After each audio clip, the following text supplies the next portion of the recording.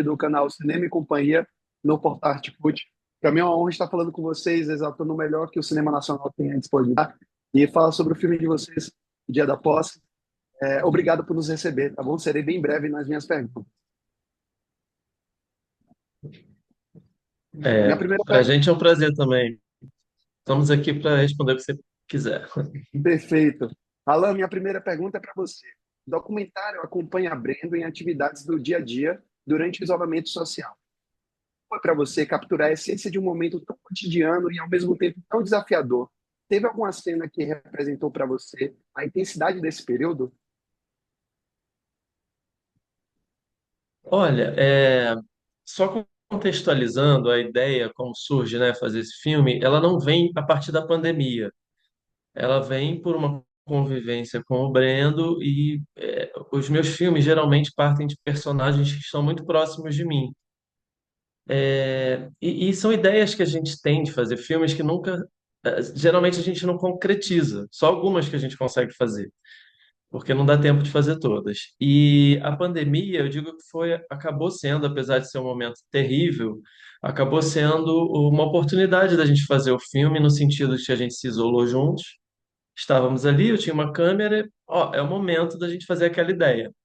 Só que o momento da pandemia é tão presente, né, para todas as nossas vidas, e a gente ali estava vivendo e filmando, fazendo tudo ao mesmo tempo, que esse assunto também faz parte do filme. Não só a questão política dele, que dessa vontade de ser presidente da República, quanto de gostar da oratória, né, de falar como um jornalista, como um político, fazer discurso.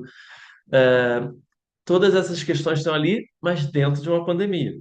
Quando ele vai fazer um discurso, o assunto do momento tem que estar presente. Então, a luta pela democracia, a questão sanitária, etc.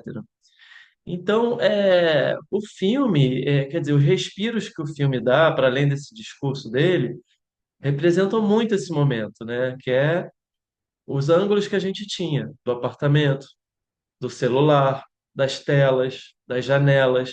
Então, isso tudo, eu acho que quem assiste, na época, né, podia lembrar exatamente do que estava passando, porque o filme estreou nos festivais naquela época, com muitas exibições online. Agora que a gente está tendo essa oportunidade de entrar em cartaz e passar mais vezes no presencial. Então, as pessoas naquela época se lembravam exatamente do que estavam passando e agora se lembram do que passaram, né? Parece que tem mais tempo, engraçado. Alguns amigos comentaram. O filme faz a gente relembrar um pouco desse passado recente e que já é quase um filme de época também, eu não sei. Muito bola. Minha próxima pergunta para você, Brendo. Você se imagina em um reality show e fala sobre o futuro do país de forma bem humorada? Esse lado leve te ajudou durante o período de isolamento? E de que maneira o humor e a resiliência se tornaram ferramentas para lidar com as dificuldades? Olha, eu começo dizendo que eu assisti o filme novamente agora, depois de 4 anos, e finalmente eu consegui entender esse lado de humor que ele tem. Eu não tinha essa imagem de mim, eu não conseguia imaginar assim, não conseguia me ver como alguém engraçado, né, com muitas aspas, mas com certeza acho que o humor e levar a coisa de uma forma mais recreativa me ajudou muito na pandemia, porque era um processo assim bem complicado, inédito, né, que é uma situação que a gente nunca tinha passado. A gente tinha ali um conflito de emoções muito grande, e eu acho que o humor foi sim uma saída eficaz para esse contexto. Então me ajudou bastante. Só complementando, eu acho que é bom pontuar que o filme, de forma alguma, faz alguma brincadeira com a situação que a gente estava tendo, né? Era uma preocupação que eu tive É, revendo, falei, gente, ainda bem que eu estou revendo esse filme agora, porque eu tinha a preocupação de, olha, você está falando de um tema tão complicado como foi a pandemia, e também a questão lá da conflito político, enfim, a questão da democracia, inclusive o filme é gravado em 2020, a gente mal sabia que tinha coisa pior para acontecer ainda, né, de uma forma que às vezes parece que eu estou brincando, mas é isso, né? A gente tinha essa preocupação. Não, eu acho que a gente trata de forma séria, assim, o Breno, quando fala da questão do isolamento, brigando com algum parente, acho que era sua mãe, Sim. isso tudo. Só que o humor vem de uma forma até como uma forma de sobrevivência também, né? A gente não podia, naquele momento, só ficar lamentando. E a gente arrumou um jeito de se ocupar fazendo esse filme, para além de outras atividades que a gente fazia. O filme ajudou um pouco a levar esse momento. E o filme brinca com coisas assim também que todo mundo, quem estava podendo, né, passar por esse momento sem nenhuma complicação da doença e tal, é, se reinventar algumas coisas, de cozinhar, de novas rotinas, né? De ir para a cozinha, de limpar a própria casa, coisas de classe média até, né? Isso. É, Mas quem podia ter o privilégio de não sair e se arriscar para pegar o vírus, né? Naquele momento ainda que não tinha vacina e tudo mais. Mas só pontuando que não é uma comédia, né? Porque às vezes alguém pode ver uma entrevista, uma fala solta e ter uma interpretação errada. Eu estou falando isso porque no Facebook um crítico postou uma matéria, excelente matéria, e alguém sem assistir o filme falou: Eu jamais faria humor com a situação, porque eu perdi parente e tal. Mas é porque não entendeu muito bem onde que o que exatamente o crítico estava falando. Perfeita colocação, Alan. Minha próxima pergunta é para ambos. O Dia da Posse apresenta uma narrativa que flui entre o ordinário e o sonho de se tornar presidente. Como foi o processo de equilibrar a realidade com essas ambições e, na opinião de vocês, qual a mensagem e a história deixa para outros jovens brasileiros? O que você espera que o filme ressoe no grande público? Você queria compartilhar um pouco sobre? Eu acho assim, que a tônica, né?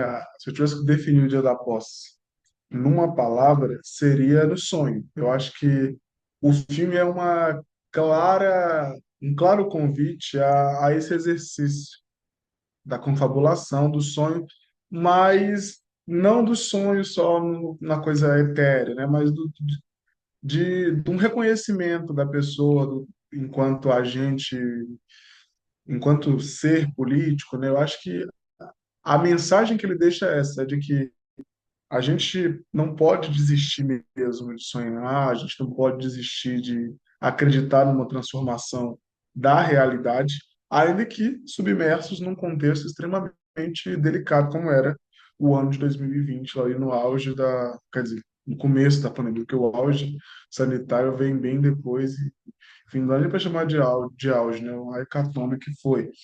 Mas eu acho que essa coisa o equilíbrio entre a realidade e a ficção é algo que a realidade que nós vivemos hoje convida para essa reflexão, porque o contexto, né, o filme fala de um pretenso sonho que eu teria de me tornar presidente da República. E é engraçado porque eu reconheço que esse sonho na juventude era uma coisa muito mais da fantasia mesmo. E hoje, com 27 anos, eu vejo que existe um campo, né, de batalhas políticas que nós precisamos travar e que isso não seria algo extremamente impossível, né? Eu acho que existe um campo aí na institucionalidade para debater o país, para debater questões, para dar voz a grupos sociais, e eu acho que isso hoje é perfeitamente possível. Então, eu acho que a mensagem maior que o filme passa, e pelo menos revendo isso depois de 4 anos, é isso. Agora é interessante que o filme é um documentário, né? E tem essa carga tão forte desse aspecto ficcional, porque tem gente que trata isso como, não, mas você virar presidente é ficção. E é engraçado mesclar um pouco desse elemento que é comum de outros gêneros do cinema num documentário. Então eu diria que é isso, a mensagem mais persistente é da capacidade do sonho. Porque se eu parar para pensar da minha própria realidade, né, no filme isso fica mais claro, mas os desafios sociais que eu enfrentei para conseguir sair da extrema pobreza, ingressar na universidade pública, depois ascender ao serviço público, que é uma coisa que fica ali meio entre linhas, mas que aconteceu depois. É, então, eu acho que é isso, essa resiliência enquanto sonho mesmo, né? A capacidade de sonhar como principal combustível diante dessa realidade árida.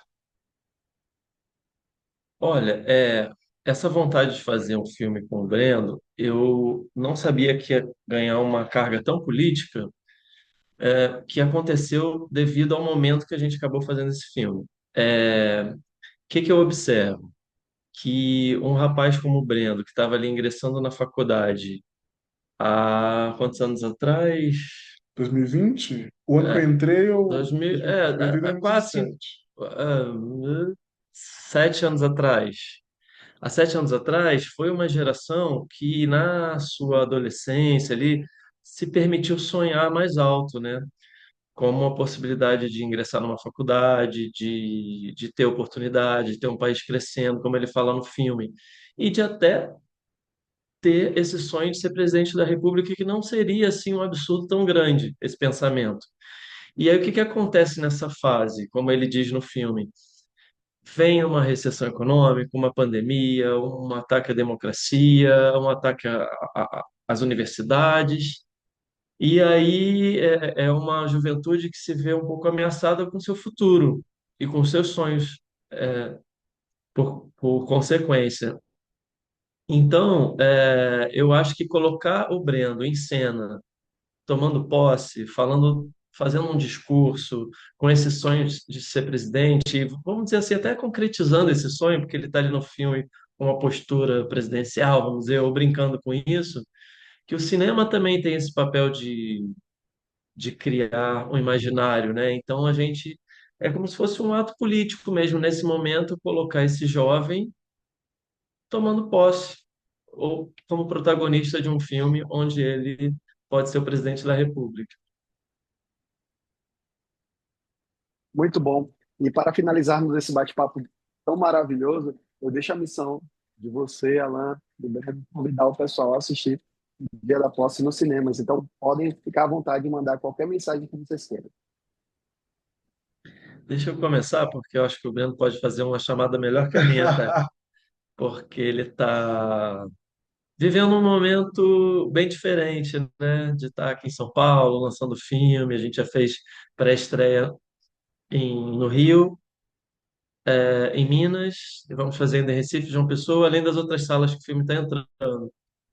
Então, assim, eu digo que O Dia da Posse é um filme que não tinha muitas pretensões, acabou virando um pequeno grande filme, porque a gente conseguiu bastante espaço nos festivais de cinema, bastante espaço de exibições, e agora conseguimos uma coisa que é bem difícil para um documentário brasileiro, que é entrar em cartaz.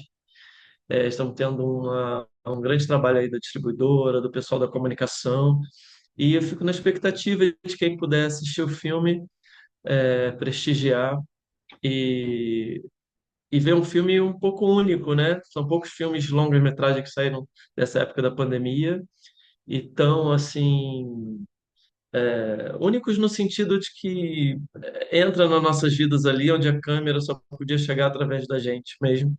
E eu espero que quem vá goste do filme. Vai Bom, ver. eu faço das palavras do Alan, palavras minhas. Eu acho que é um momento na minha vida muito especial esse filme.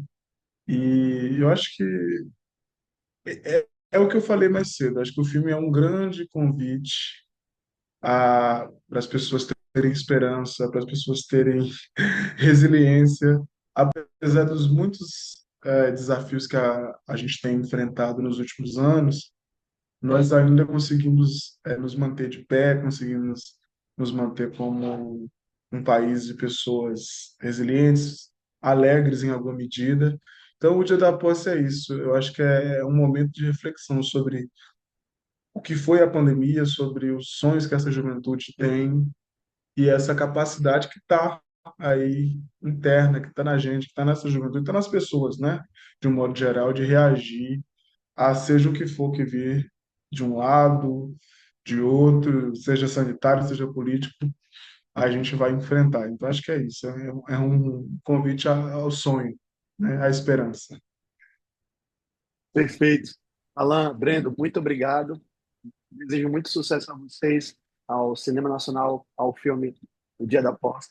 Que vocês ganhem o mundo e ressoe a mensagem que vocês querem reverberar para todo o grande público. Parabéns. Tá certo, Obrigado. obrigado. Até logo. Valeu, tchau.